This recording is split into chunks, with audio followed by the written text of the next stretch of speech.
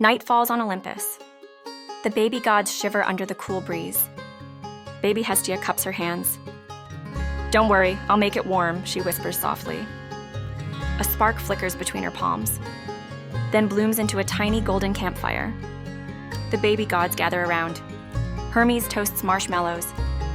Aphrodite hums a lullaby, and even Ares sits quietly, smiling. The warm light dances on their faces. Laughter fills the night air. Hestia smiles, eyes twinkling. "My fire isn't just heat," she says. "It's family."